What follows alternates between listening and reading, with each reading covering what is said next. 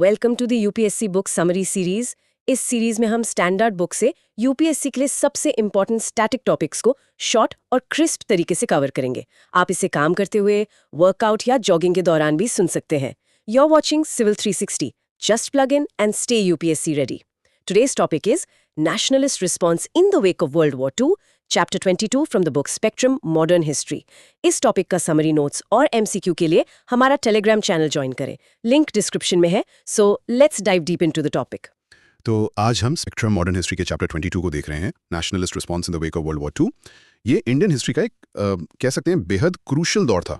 बिल्कुल, एक तरफ दुनिया सेकेंड वर्ल्ड वॉर में उलझी भी थी और दूसरी तरफ भारत में स्वतंत्रता संग्राम एक नए बहुत ही अहम मोड़ पर था। हाँ, और एस्पिरेंट्स के लिए ये समझना बहुत जरूरी है कि कैसे ये ग्लोबल इवेंट्स, मतलब ये जो विश्व युद्ध चल रहा था, इसने भारत के फ्रीडम स्ट्रगल को शेप किया, उसे एक नई दिशा दी। सही कहा। सितंबर 1, 1939 जब जर्मनी ने पोलैंड पर अटैक किया, और फिर सितंबर 3, 1939 जब ब्रिटेन ने जर्मनी के खिलाफ वॉर डिक्लेयर कर दिया, बस यहीं से सेकेंड वर्ल्ड वॉर ऑफिशियली शुरू हुआ। और इसने इंडियन नेशनल मूवमेंट के सामने मतलब एकदम से नए चैलेंजेस और कहें तो अपॉर्चुनिटीज दोनों ही ला खड़ी की। हाँ बिल्कुल। कांग्रेस और जो दूसरे नेशनलिस्ट लीडर्स थे, उन्होंने इस पूरी सिचुएशन पर कैसे रिएक्ट किया, क्या उनकी स्ट्रेटजी रही, ये देखना हमारे लिए बहुत महत्वपूर्ण है। Right, so let's start with section 1, Congress crisis on method of struggle. मतलब युद्ध शुरू होने से ठीक पहले ही कांग्रेस के अंदर लीडरशिप को लेकर और स्ट्रगल का तरीका क्या हो, इस पे काफी उथल-पुथल चल रही थी। हाँ, और इसमें सुभाष चंद्र बोस की भूमिका काफी सेंट्रल थी। अच्छा। इसकी शुरुआत हम देख सकते हैं फरवरी 1938 के हरिपुरा सेशन से, जो गुजरात में हुआ था। हाँ, हरिपुरा। वहां सुभाष चंद्र बोस को यूनानिमसली मतलब सर्वसम्मति से कांग्रेस प्रेसिडेंट चुना गया। वो उस समय बंगाल प्रोविंशियल कांग्रेस कमेटी के अध्यक्ष भी थे, तो उनकी पॉपुलैरिटी काफी ज्यादा थी। लेकिन फिर असली टकराव शुरू हुआ जनवरी 1939 में। बोस ने दोबारा प्रेसिडेंट पद के लिए खड़े होने का फैसला किया। हाँ, और इस बार गांधी जी उनके कैंडिडेचर से मतलब सहमत नहीं थे। उन्होंने पट्टाभी सीतारामैया को अपना समर्थन दिया। इसके बावजूद बोस चुनाव जीत गए। ये सिर्फ एक व्यक्ति की जीत नहीं थी शायद। नहीं, बिल्कुल नहीं। देखिए, कांग्रेस प्रेसिडेंट ही वर्किंग कमेटी यानी सीडब्ल्यूसी, जो कांग्रेस की रूलिंग बॉडी थी, उसको नॉमिनेट करता था। अच्छा। तो बोस की जीत ने यह दिखाया कि कांग्रेस के अंदर खास करके जो यूथ थे और जो लेफ्ट लीनिंग मेंबर्स थे, उनके बीच एक ज्यादा असर्टिव, एक ज्यादा मिलिटेंट अप्रोच की मांग बढ़ रही थी, जो शायद गांधी जी की स्ट्रेटेजी से थोड़ी अलग थी। मगर जीत के बाद भी बोस के लिए आगे की राह आसान नहीं थी। मार्च 1939 में त्रिपुरी सेशन हुआ, जबलपुर के पास। वहां गोविंद बल्लभ पंत ने एक रेजोल्यूशन पेश किया। उसमें क्या था? हाँ, उस रेजोल्यूशन में गांधीयन पॉलिसीज में फिर से विश्वास जताया गया और बोस से कहा गया कि वो वर्किंग कमेटी को गांधी जी की इच्छा के अनुसार नॉमिनेट करें। और वो प्रस्ताव पास भी हो गया। जी हाँ, इससे एक तरह का डेडलॉक बन गया। गांधी जी बोस के सुझाए गए रेडिकल लाइंस पर स्ट्रगल लीड करने को तैयार नहीं थे, और बोस अपने तरीकों से कॉम्प्रोमाइज करने को तैयार नहीं थे। पर दोनों ही चाहते थे कि कांग्रेस यूनाइटेड रहे, क्योंकि नेशनल स्ट्रगल सबसे ऊपर था। तो इस गतिरोध, इस डेडलॉक का नतीजा क्या निकला फिर? नतीजा ये हुआ कि अप्रैल 1939 में सुभाष चंद्र बोस ने प्रेसिडेंट पद से रिजाइन कर दिया। ओह। हाँ, और उनकी जगह फिर राजेंद्र प्रसाद को अध्यक्ष बनाया गया। ये पूरी घटना कांग्रेस के अंदर आइडियोलॉजी और स्ट्रैटेजी को लेकर जो गहरे मतभेद थे, उनको सामने लाती है। ये सिर्फ पर्सनालिटीज का क्लैश नहीं था। सही। ये इस बात पर फंडामेंटल डिसएग्रीमेंट था कि भारत की आजादी कैसे हासिल की जाए और आजाद भारत आखिर दिखेगा कैसा। बिल्कुल। और इस इस्तीफे के पीछे सिर्फ ये तात्कालिक घटनाक्रम ही नहीं थे, बल्कि गांधी और बोस के बीच कुछ बुनियादी आइडियोलॉजिकल डिफरेंसेस भी थे। तो चलिए सेक्शन 2 में इन्हीं डिफरेंसेस पर थोड़ी बात करते हैं। ये समझना जरूरी है कि हमारे दो इतने बड़े नेशनलिस्ट लीडर्स किन किन बातों पर अलग सोचते थे। हाँ जरूर। एक जो मुख्य अंतर था वो था non violence versus militant approach पर। गांधी जी, जैसा हम सब जानते हैं, अहिंसा और सत्याग्रह के अटूट समर्थक थे। हाँ। उन्हें लगता था कि यही एकमात्र नैतिक और कारगर रास्ता है। दूसरी तरफ बोस मानते थे कि सिर्फ अहिंसा से, खासकर ब्रिटिश एम्पायर जैसी बड़ी ताकत के खिलाफ आजादी मिलना शायद मुश्किल होगा। वो ज्यादा मिलिटेंट अप्रोच के पक्ष में थे, जिसमें जरूरत पड़ने पर फोर्स का इस्तेमाल भी शामिल हो सकता था। मीन्स एंड एंड्स पर भी उनके विचार काफी अलग थे, है ना? हाँ बिल्कुल। बोस का फोकस ज्यादा रिजल्ट पर था, मतलब स्वतंत्रता हासिल करना, जबकि गांधी जी के लिए मीन्स और एंड्स, साधन और साध्य, दोनों का पवित्र होना, अच्छा होना जरूरी था। उनका मानना था कि गलत तरीकों से मिली आजादी सच्ची आजादी नहीं होगी। एग्जैक्टली। और आजादी के बाद भारत कैसा हो, मतलब फॉर्म ऑफ गवर्नमेंट और इकोनॉमी पे उनके क्या विचार थे? देखिए, बोस का झुकाव एक स्ट्रॉन्ग सेंट्रलाइज्ड स्टेट की तरफ था, खासकर शुरुआती दौर में, ताकि नेशन रीबिल्डिंग और पॉवर्टी एलिविएशन जैसे काम तेजी से हो सके। अच्छा। वो लार्ज स्केल इंडस्ट्रियलाइजेशन के जरिए मॉडर्नाइजेशन चाहते थे। उन्होंने हेवी, मीडियम और कॉटेज इंडस्ट्रीज की बात की, और हेवी इंडस्ट्रीज को अर्थव्यवस्था की रीढ़ मतलब बैकबोन माना।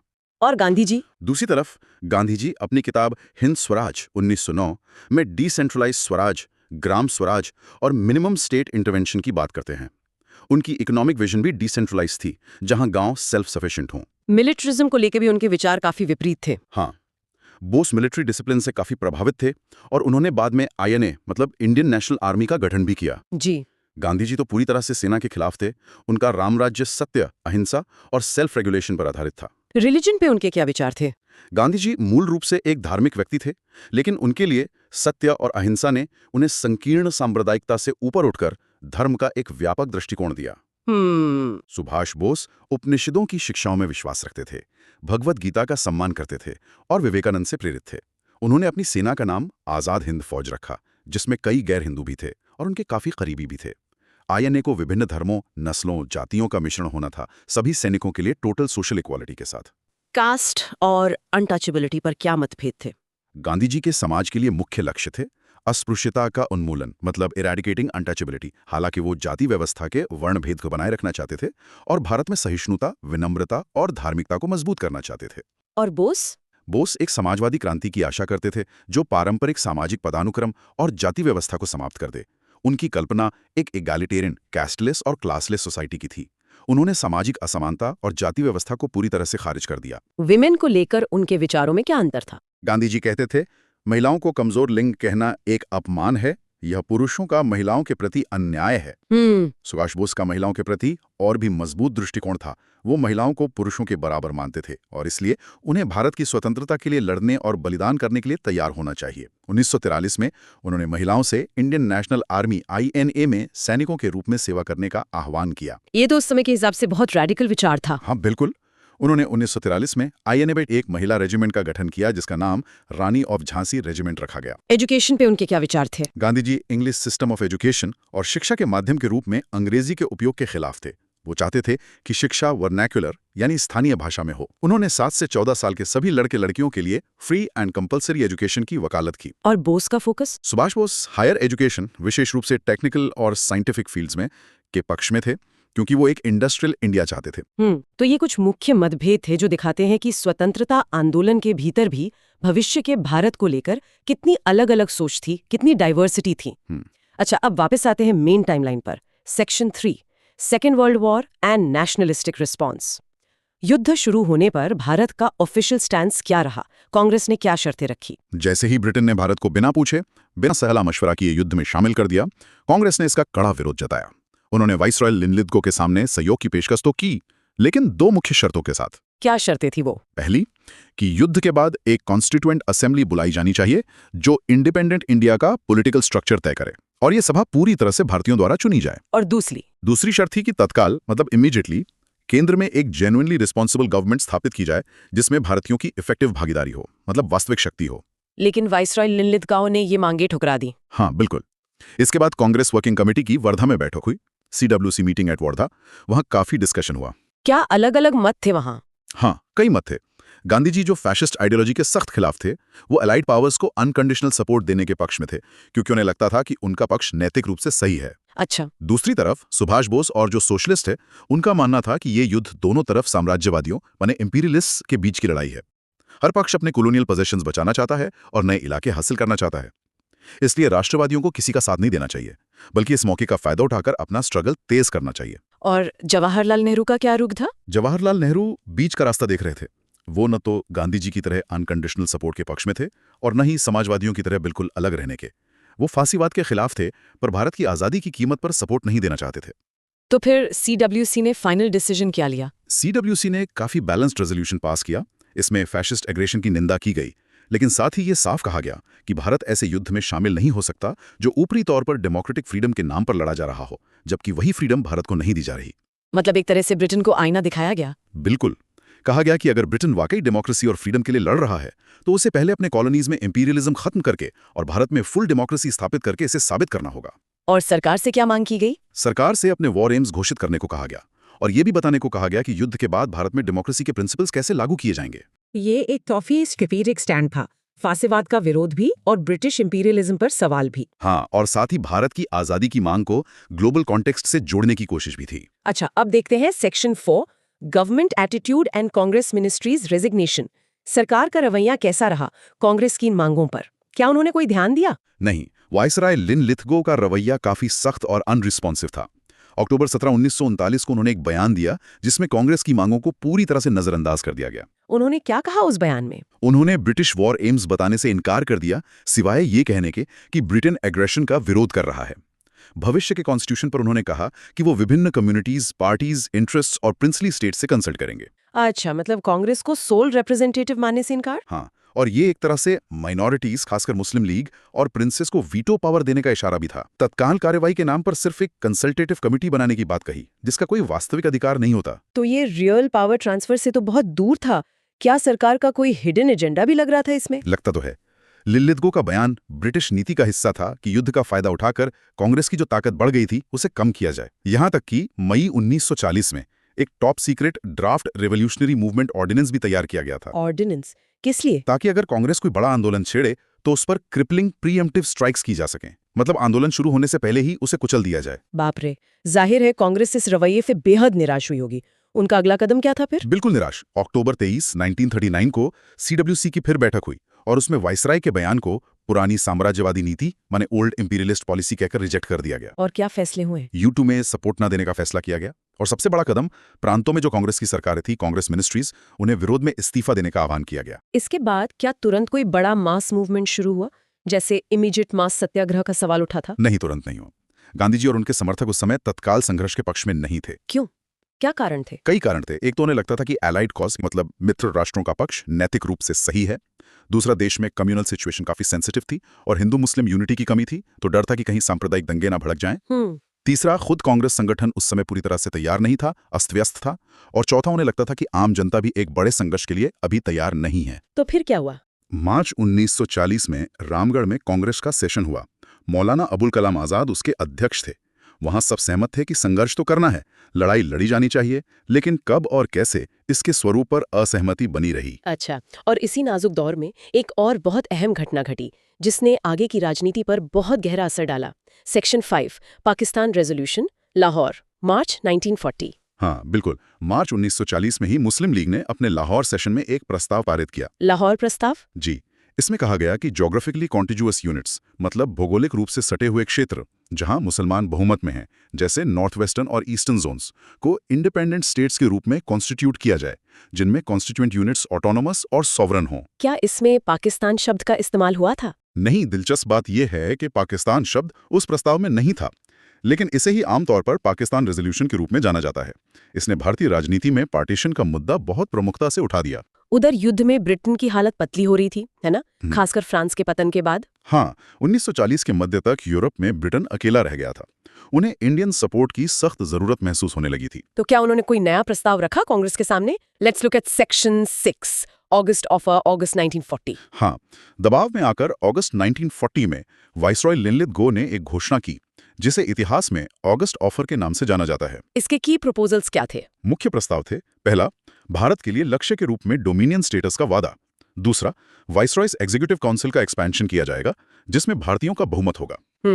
तीसरा, युद्ध के बाद एक कॉन्स्टिट्यूएंट असेंबली बनेगी जहां मेनली इंडियंस, ध्यान दीजिएगा, मेनली, पूरी तरह से नहीं, अपना कॉन्स्टिट्यूशन तय करेंगे, लेकिन ये रक्षा अल्पसंख्यक अधिकारों, राज्यों के साथ संधियों वगैरह के दायित्वों के अधीन होगा। और चौथा प्रपोजल, वो सबसे कंट्रोवर्शियल था शायद। हाँ, चौथा प्रपोजल सबसे महत्वपूर्ण और विवादास्पद था कि भविष्य का कोई भी संविधान अल्पसंख्यकों, मतलब माइनॉरिटीज की सहमति के बिना नहीं अपनाया जाएगा। इफेक्टिवली इसने मुस्लिम लीग को एक तरह की वीटो पावर दे दी। इस अगस्त ऑफर पर कांग्रेस की क्या प्रतिक्रिया थी? कांग्रेस ने इसे सिरे से रिजेक्ट कर दिया। क्यों? क्योंकि इसमें कंप्लीट इंडिपेंडेंस की बात नहीं थी, सिर्फ डोमिनियन स्टेटस का वादा था जो अब कांग्रेस को मंजूर नहीं था। 1929 के लाहौर सेशन के बाद से ही कांग्रेस का लक्ष्य पूर्ण स्वराज था। हाँ, और वो माइनॉरिटी वीटो वाला प्रावधान भी उन्हें ठीक नहीं लगा होगा। बिल्कुल, वो प्रावधान उन्हें विभाजनकारी लगा कि ये राष्ट्रीय एकता को कमजोर करेगा। मुस्लिम लीग ने ऑब्वियसली इसका स्वागत किया, खासकर उस वीटो आश्वासन का, क्योंकि इससे उनकी बार्गेनिंग पावर काफी बढ़ गई। तो इस अगस्त ऑफर का अगर हम मूल्यांकन करें, इवैल्यूएशन करें, तो क्या कहेंगे? देखिए, ये एक तरह से एडवांसमेंट था, क्योंकि पहली बार इंडियंस द्वारा कॉन्स्टिट्यूशन बनाने के राइट को भले ही मेनली शब्द के साथ रिकॉग्नाइज किया गया और डोमिनियन स्टेटस का एक्सप्लिसिट प्रॉमिस था, लेकिन दूसरी तरफ उस माइनॉरिटी वीटो वाले क्लॉज ने पार्टीशन की राह को और पुख्ता कर दिया। और प्रैक्टिकल टर्म्स में क्या हुआ? एग्जीक्यूटिव काउंसिल का एक्सपेंशन हुआ। हाँ, जुलाई 1941 में वायसराय की एग्जीक्यूटिव काउंसिल का विस्तार हुआ। 12 में से 8 सदस्य भारतीय बनाए गए, जो पहली बार मेजॉरिटी थी। लेकिन डिफेंस, फाइनेंस, होम जैसे जो की पोर्टफोलियोज थे, वो अंग्रेजों के पास ही रहे। मतलब रियल पावर ट्रांसफर अभी नहीं हुआ था। तो ऑगस्ट ऑफर रिजेक्ट होने के बाद कांग्रेस ने क्या रास्ता अपनाया? सेक्शन 7 इंडिविजुअल सत्याग्रह। सरकार का रवैया अब भी वही अड़ियल था कि कांग्रेस पहले मुस्लिम लीग के साथ समझौता करे, तभी कोई कॉन्स्टिट्यूशनल एडवांस हो सकता है। और सरकार ने सिविल लिबर्टीज पर भी सख्ती कर दी थी। हाँ, युद्ध के नाम पर सरकार ने एक के बाद एक ऑर्डिनेंस जारी करके freedom of speech, freedom of the press और राइट टू ऑर्गेनाइज एसोसिएशंस, इन सब पर पाबंदियां लगा दी। ऐसी सूरत में कांग्रेस ने एक बड़े मास मूवमेंट की जगह गांधी जी के डायरेक्शन में इंडिविजुअल सत्याग्रह शुरू करने का फैसला किया। इसका मकसद क्या था और ये कैसे किया गया? इसके ऑब्जेक्टिव ज्यादातर सिंबॉलिक थे, मतलब प्रतीकात्मक।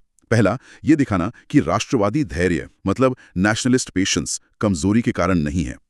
दूसरा, लोगों की भावना व्यक्त करना कि वे युद्ध में रुचि नहीं रखते हैं और वे नाजिज्म और भारत पर शासन करने वाली डबल ऑटोक्रेसी, मतलब दोहरी निरंकुशता के बीच कोई भेद नहीं करते हैं। तीसरा, सरकार को कांग्रेस की मांगों को शांतिपूर्वक स्वीकार करने का एक और अवसर देना। ये सत्याग्रह किया कैसे गया? तरीका क्या था? तरीका ये था कि पहले से चुने हुए इंडिविजुअल्स, मतलब व्यक्ति, सार्वजनिक रूप से एंटी वॉर स्पीच देते और अपनी गिरफ्तारी देते। और अगर सरकार गिरफ्तार न करे तो वो सत्याग्रही न केवल इसे दोहराता, बल्कि गांवों में जाकर युद्ध विरोधी प्रचार करता और दिल्ली की ओर मार्च, दिल्ली चलो मूवमेंट शुरू कर देता। सबसे पहले सत्याग्रही कौन थे? ये नाम इंपॉर्टेंट है एग्जाम्स के लिए। हाँ बिल्कुल, पहले सत्याग्रही थे विनोबा भावे, अक्टूबर 17, 1940, और दूसरे थे जवाहरलाल नेहरू। अच्छा। धीरे धीरे यह आंदोलन फैला और मई 1941 तक करीब 25,000 लोगों को इंडिविजुअल सिविल डिसोबीडियंस के लिए दोषी ठहराया जा चुका था। ये एक लिमिटेड प्रोटेस्ट था, पर इसने नेशनलिस्ट सेंटिमेंट को जीवित रखा और सरकार पर दबाव बनाए रखा। इसी दौरान एक और महत्वपूर्ण बात हुई, section 8, Gandhi designates Nehru as his successor. ये थोड़ा सरप्राइजिंग लगता है क्योंकि हमने अभी उनके बीच काफी आइडियोलॉजिकल डिफरेंसेस की बात की थी। हाँ, ये एक दिलचस्प पॉइंट है। मतभेद जरूर थे, जैसा हमने देखा, मॉडर्निटी, रिलीजन, ईश्वर, राज्य, इंडस्ट्रियलाइजेशन जैसे कई मुद्दों पर। लेकिन इन डिफरेंसेस के बावजूद नेहरू गांधी जी का बेहद सम्मान करते थे और गांधी जी भी नेहरू पर बहुत ट्रस्ट करते थे, कहा जाता है अपने बेटों से भी ज्यादा। लेकिन फिर भी नेहरू को ही क्यों चुना, जबकि सरदार पटेल या सी राजगोपालाचारी जैसे सीनियर लीडर्स भी थे? कोई खास वजह? देखिए, राजमोहन गांधी अपनी किताब द गुड बोटमैन में लिखते हैं कि गांधी जी ने विकल्पों की तुलना में नेहरू को प्राथमिकता दी, क्योंकि उन्हें लगता था कि नेहरू ही भारत के उस बहुलवादी, समावेशी विचार, मतलब pluralist, inclusive idea of India को सबसे बेहतर तरीके से रिप्रेजेंट करते थे, जिसके लिए महात्मा गांधी स्वयं खड़े थे। अच्छा। नेहरू की विजन मॉडर्न थी, सेक्युलर थी और इंटरनेशनल थी। साथ ही दोनों में कुछ मौलिक समानताएं भी थीं, जैसे देशभक्ति, पूरे भारत के लिए, किसी विशेष जाति, भाषा, क्षेत्र या धर्म के बजाय अहिंसा में विश्वास और डेमोक्रेटिक फॉर्म ऑफ गवर्नमेंट में आस्था। गांधी जी को लगा कि भविष्य के भारत का नेतृत्व करने के लिए नेहरू सबसे उपयुक्त रहेंगे। ये वाकई एक दिलचस्प पहलू है। अच्छा, अब हम आते हैं इस चैप्टर के आखिरी और बेहद महत्वपूर्ण हिस्से पर, सेक्शन 9, क्रिप्स मिशन, मार्च 1942। इस समय तक वॉर सिचुएशन काफी बदल चुकी थी, है ना? हाँ बिल्कुल। 1941 के अंत में जापान का पर्ल हार्बर पर हमला और उसके बाद साउथ ईस्ट एशिया में ब्रिटेन की एक के बाद एक हार, मलाया, सिंगापुर, बर्मा का पतन, इसने पूरी स्थिति बदल दी थी। और अब जापान का भारत पर हमला करने का खतरा वास्तविक लग रहा था। हाँ, खतरा बिल्कुल सर पे था। ऐसे में इंडियन सपोर्ट, भारत का सहयोग ब्रिटेन के लिए क्रूशियल, मतलब निर्णायक हो गया था। क्या सिर्फ ये मिलिट्री थ्रेट ही वजह थी क्रिप्स मिशन भेजने की, या और भी कारण थे? नहीं, और भी दबाव थे। एलाइज, खासकर यूएसए के प्रेसिडेंट रोजवेल्ट, यूएसएसआर और चाइना, ये सब ब्रिटेन पर लगातार दबाव डाल रहे थे कि वो भारतीय सहयोग हासिल करे। अच्छा, मित्र राष्ट्रों का दबाव था। हाँ, और भारतीय राष्ट्रवादी भी ये कह चुके थे कि अगर उन्हें तत्काल पर्याप्त शक्ति हस्तांतरित की जाए और युद्ध के बाद पूर्ण स्वतंत्रता दी जाए, तो मित्र राष्ट्र के उद्देश्य का समर्थन करने पर सहमत हो सकते हैं। तो इन सब प्रेशर्स के चलते क्रिप्स मिशन भेजा गया। जी हाँ, इन सब दबावों के चलते British prime minister Winston Churchill ने सर स्टैफोर्ड क्रिप्स को भारत भेजा। क्रिप्स लेबर पार्टी के थे और उन्हें इंडियन लीगर्स के प्रति सिंपैथेटिक माना जाता था। वो कुछ कॉन्स्टिट्यूशनल प्रपोजल्स लेकर आए थे। तो मार्च 1942 में क्रिप्स मिशन भारत आया। इसके मेन प्रपोजल्स क्या थे और ये ऑगस्ट ऑफर से कैसे अलग थे? क्रिप्स प्रपोजल्स ऑगस्ट ऑफर से कुछ कदम आगे जरूर थे। पहला, युद्ध के बाद एक इंडियन यूनियन बनाया जाएगा जिसे डोमिनियन स्टेटस मिलेगा और वो कॉमनवेल्थ के साथ अपने संबंध तय करने और यूनाइटेड नेशंस जैसी इंटरनेशनल बॉडीज में भाग लेने के लिए स्वतंत्र होगा। ठीक है। दूसरा, युद्ध की समाप्ति के बाद एक कॉन्स्टिट्यूएंट असेंबली बुलाई जाएगी जो नया संविधान बनाएगी। इस सभा के सदस्य आंशिक रूप से प्रांतीय विधानसभाओं द्वारा प्रोपोर्शनल रिप्रेजेंटेशन के माध्यम से चुने जाएंगे और आंशिक रूप से राजकुमारों द्वारा नॉमिनेटेड किए जाएंगे। नॉमिनेटेड मेंबर्स का प्रावधान फिर से था। हाँ। तीसरा, ब्रिटिश सरकार नए संविधान को 2 शर्तों के अधीन स्वीकार करेगी। कोई भी प्रांत जो संघ में शामिल होने को तैयार नहीं है उसका अपना अलग संविधान हो सकता है और वो एक सेपरेट यूनियन बना सकता है। ओह, ये तो विभाजन का रास्ता खोल रहा था। बिल्कुल। और नई संविधान बनाने वाली संस्था और ब्रिटिश सरकार सत्ता के हस्तांतरण, ट्रांसफर ऑफ पावर और नस्लीय तथा धार्मिक अल्पसंख्यकों, रेशियल एंड रिलीजियस माइनॉरिटीज की सुरक्षा के लिए एक संधि पर बातचीत करेंगे। और अंतरिम अवधि के लिए क्या कहा गया, मतलब युद्ध के दौरान? कहा गया कि इस बीच भारत की रक्षा, डिफेंस ब्रिटिश हाथों में रहेगी और गवर्नर जनरल की शक्तियां बरकरार रहेंगी। तो इन प्रस्तावों में नया क्या था ऑगस्ट ऑफर के मुकाबले? कुछ सिग्निफिकेंट पॉइंट्स थे, जैसे संविधान का निर्माण अब सोली इन इंडियन हैंड्स होना था, ऑगस्ट ऑफर में मेनली था। कॉन्स्टिट्यूएंट असेंबली के लिए एक कॉन्क्रीट प्लान दिया गया था। किसी भी प्रांत के लिए एक अलग संविधान का विकल्प उपलब्ध था, जो भारत के विभाजन का एक खाका था। स्वतंत्र भारत राष्ट्रमंडल से हट सकता था और अंतरिम अवधि में भारतीयों को प्रशासन में बड़ी हिस्सेदारी का एक अस्पष्ट सा वादा था। सुनने में तो ये ऑगस्ट ऑफर से बेहतर लगता है। फिर ये मिशन फेल क्यों हुआ? Why Cripps mission failed? इसे क्यों रिजेक्ट कर दिया गया? हाँ, बेहतर जरूर था, लेकिन फिर भी लगभग सभी दलों और समूहों ने इसे अलग अलग कारणों से रिजेक्ट कर दिया। कांग्रेस की आपत्तियां क्या थीं? कांग्रेस की कई आपत्तियां थीं। पहला, पूर्ण स्वतंत्रता के प्रावधान के बजाय डोमिनियन स्टेटस का प्रस्ताव उन्हें नामंजूर था। दूसरा, रियासतों का प्रतिनिधित्व निर्वाचित प्रतिनिधियों द्वारा नहीं बल्कि नामितों द्वारा किया जाना उन्हें अनडेमोक्रेटिक लगा। और वो प्रांतों को अलग होने का अधिकार? हाँ, प्रांतों को अलग होने का अधिकार, राइट टू प्रोविंसेस टू सेसीड देना उन्हें राष्ट्रीय एकता के सिद्धांत के खिलाफ लगा। और सबसे बड़ी बात, सत्ता के तत्काल हस्तांतरण, इमीडिएट ट्रांसफर ऑफ पावर की कोई योजना नहीं थी। रक्षा में कोई वास्तविक हिस्सेदारी, रियल शेयर इन डिफेंस नहीं थी। मतलब असली पावर अभी भी अंग्रेजों के पास ही रहनी थी। बिल्कुल। गवर्नर जनरल की सर्वोच्चता बरकरार रखी गई थी और गवर्नर जनरल को केवल संवैधानिक प्रमुख बनाने की मांग स्वीकार नहीं की गई थी। गांधी जी ने इसे क्या कहा था, याद है? हाँ, a post dated cheque on a failing bank. Exactly. Nehru और मौलाना आजाद कांग्रेस के आधिकारिक वार्ताकार थे इस मिशन के लिए। अच्छा, और मुस्लिम लीग की क्या आपत्तियां थीं? मुस्लिम लीग ने एकल भारतीय संघ के विचार की ही आलोचना की। उन्हें संविधान सभा के निर्माण की, मशीनरी और प्रांतों के संघ में शामिल होने के निर्णय की प्रक्रिया पसंद नहीं आई। क्यों? क्योंकि उन्हें लगा कि ये प्रस्ताव पाकिस्तान के निर्माण की गारंटी नहीं देते हैं। उन्हें लगा कि प्रस्तावों ने मुसलमानों को आत्मनिर्णय और पाकिस्तान के निर्माण के स्पष्ट अधिकार से वंचित कर दिया है। तो मतलब कांग्रेस को विभाजन का डर था और लीग को स्पष्ट विभाजन न दिखने का। हाँ, एक तरह से। इनके अलावा liberals, Hindu Mahasabha, depressed classes, सबकी अपनी अपनी आपत्तियां थी और क्रिप्स भी अपने प्रस्तावों में कोई बड़ा फेरबदल करने को तैयार नहीं थे। नतीजा ये हुआ कि मिशन पूरी तरह विफल हो गया। तो कुल मिलाकर क्रिप्स मिशन किसी भी प्रमुख दल को संतुष्ट करने में विफल रहा और जो डेडलॉक था वो बना रहा। इसने आगे चल के भारत छोड़ो आंदोलन, क्विट इंडिया मूवमेंट की पृष्ठभूमि तैयार की। सही कहा। क्रिप्स मिशन की फेलियर ने ये बिल्कुल साफ कर दिया कि ब्रिटिश सरकार इमीडिएट रियल पावर ट्रांसफर के लिए तैयार नहीं है। इसने कांग्रेस और राष्ट्रवादियों को यह सोचने पर मजबूर किया कि अब शायद एक बड़े जनसंघर्ष, एक मास स्ट्रगल के सिवा कोई और रास्ता बचा नहीं है। ये फेलियर वाकई इंडियन फ्रीडम स्ट्रगल का एक क्रूशियल टर्निंग पॉइंट था। ये था आज का UPSC book spectrum modern history का समरी ऑडियो बुक। अगर आपको ये फॉर्मेट हेल्पफुल लगा तो इसे लाइक और शेयर जरूर करें ताकि और एस्पिरेंट्स भी बेनिफिट ले सकें। और सब्सक्राइब करें हमारे चैनल को, जहां आपको all NCERTs, M Laxmikanth, R S. Sharma, Nitin Singhania, Spectrum modern history और कई अन्य स्टैंडर्ड बुक्स की ऑडियो समरीज मिलेंगी। हमारी कोशिश है कि आप कहीं भी कभी भी सुनकर अपनी तैयारी जारी रख सकें। मिलते हैं अगले एपिसोड में एक और इम्पॉर्टेंट टॉपिक के साथ। धन्यवाद और जय हिंद।